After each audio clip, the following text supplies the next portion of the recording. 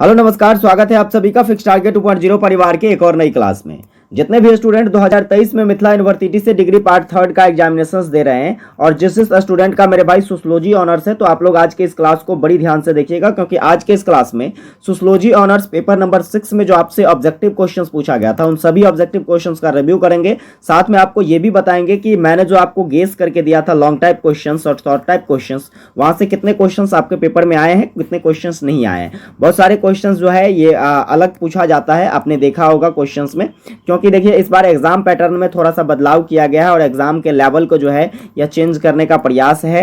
क्योंकि अब देखिए आपका जो ग्रेजुएशन है ये 4 साल का होने वाला है और उस अनुसार से पैटर्न को सेट किया जा रहा है, तो थोड़ी सी परेशानी इस बार बच्चों को जरूर हो रही है। चलिए हम लोग फटाफट से देखते हैं। यहाँ पर देखिए सबसे पहले तो हम ऑब्जेक्टिव से पहले कुछ लॉन्ग टाइप क्वेश्चंस देखते हैं जो कि आपसे पूछा गया था।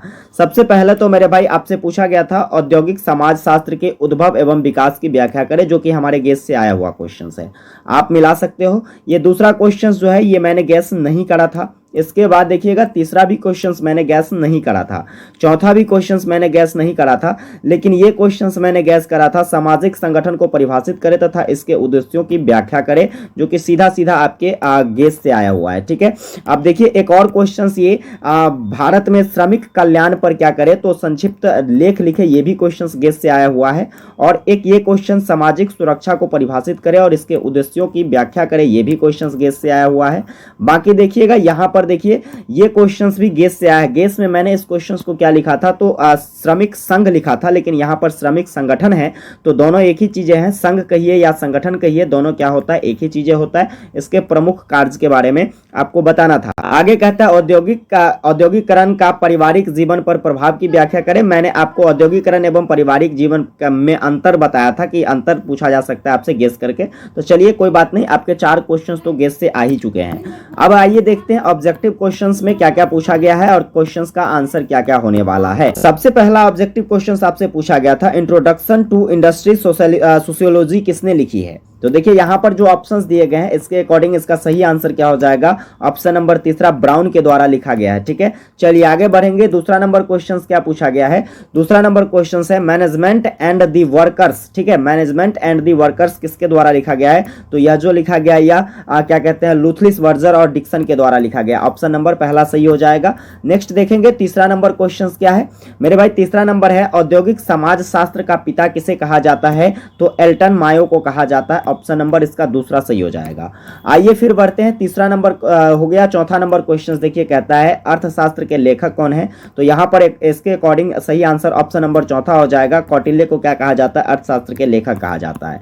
आगे देखिएगा अगला नंबर क्वेश्चन क्या है, तो कहता है अर्थशास्त्र किस भाषा में लिखी गई है, तो अर्थशास्त्र जो है यह संस्कृत भाषा में लिखी गई है। इसका पहला नंबर ऑप्शन क्या हो जाएगा, सही हो जाएगा।